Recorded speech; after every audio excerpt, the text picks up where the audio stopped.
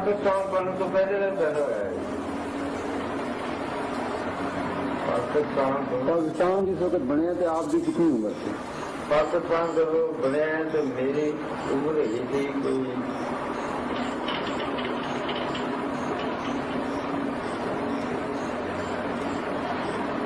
35 سال. 35 سال. مطلب کہ آپ کی عمر 90 سال ہے. 90 سال ہے. چلو ماشاء اللہ اللہ کا اور زندگی دے ہیں. کتنے پیدا ہوئے ہو؟ ہوشیارپور پیدا ہوئے یا قصور پیدا ہوئے؟ پیدا کتنے ہوئے؟ پیدا قصور. قصور پیدا ہوئے. جب بھی کچھ قصور دے قصور دے.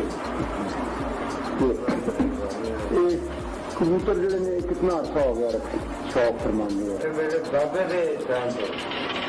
آپ کے دادا صاحب؟ دادا صاحب بعد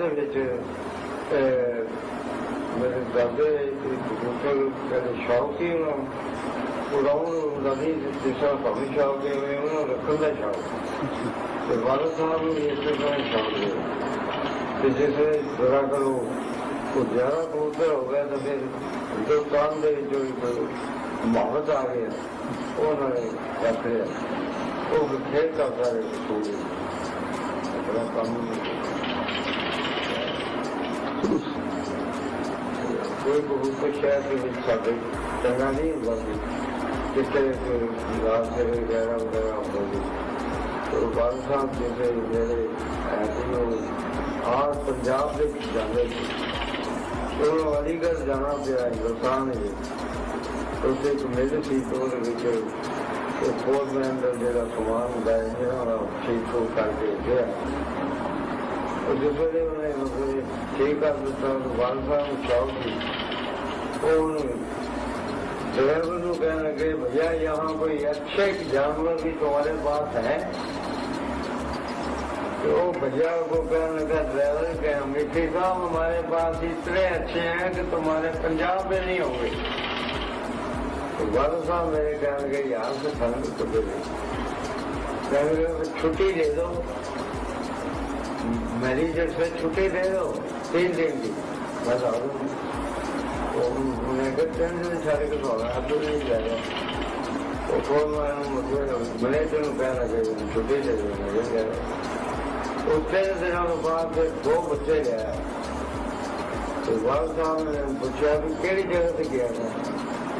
کہنے لگا میں رامپور گیا تھا.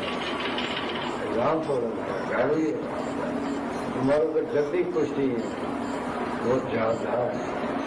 2 بچے میں جیسے ایسا نہیں جتنا بڑھے جانا چھوٹے جو بات سمجھیں گے ویسے جائے تو جوان ہو گئے. اپنی نسل کے نام ادھر میرے ادھر میرے خدا دام کی مہربانی حضرت کتاب ہے انہیں آسانی بنی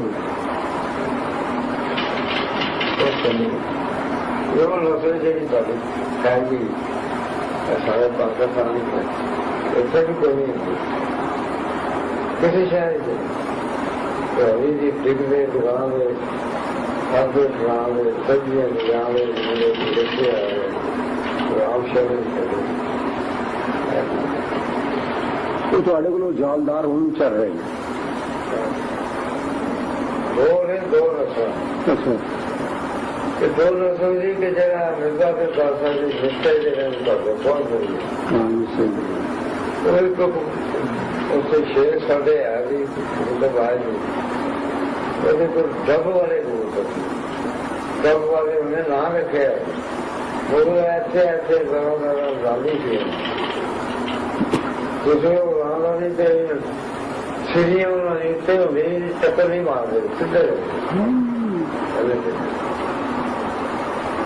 جیسے چھت کا نہیں کہ چکر نہیں مارتے سیدھے سیدھے.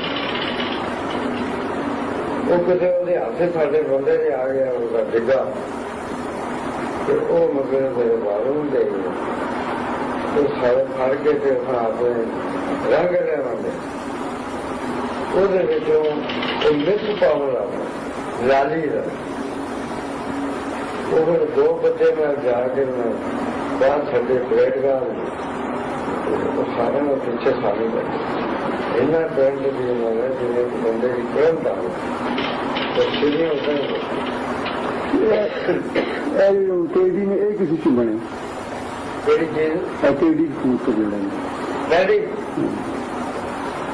ये जो रंग वाले थे ये रंग वाले अच्छे होते थे इन्होंने पैरों से बतकूरी निकलती थी बतक पैरे भी निकलते बाकी सिरे जालदार भी निकलते और जो ਇਹਨਾਂ ਦਾ ਸਾਨੀ ਕੋ ਨਹੀਂ ਸੀ ਹੁੰਦਾ ਫਿਰੋਜ਼ਪੁਰ ਇੰਡੀਆ ਦੇ ਵਿੱਚ ਇੱਕ ਸ਼ੇਖ ਸਾਹਿਬ ਹੋਏ ਸ਼ੇਖ ਸਾਹਿਬ ਉਹਦੇ ਵਿੱਚ ਉਹ ਜੋੜੇ ਰੱਖਦਾ ਸੀ ਤੇ ਉਹ ਉਹਦੇ ਵਾਵਾ ਹੁੰਦਾ ਕੋਈ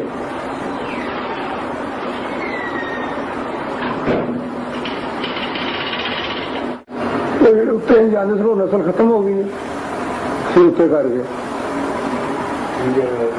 ਜਿਹੜੇ ਉੱਤੇ ਕਹਿੰਦਾ ਜਾਂਦੇ ਸਨ ਉਹ ਨਸਲ ਖਤਮ ਹੋ ਗਈ ਉਹ ਚੱਕਰ ਨਹੀਂ ਮਾਰਦੇ ਸਿੱਧੇ ਉੱਤੇ ਜਾਂਦੇ ਨੇ ਉੱਪਰ ਜਾਣ ਵਾਲੇ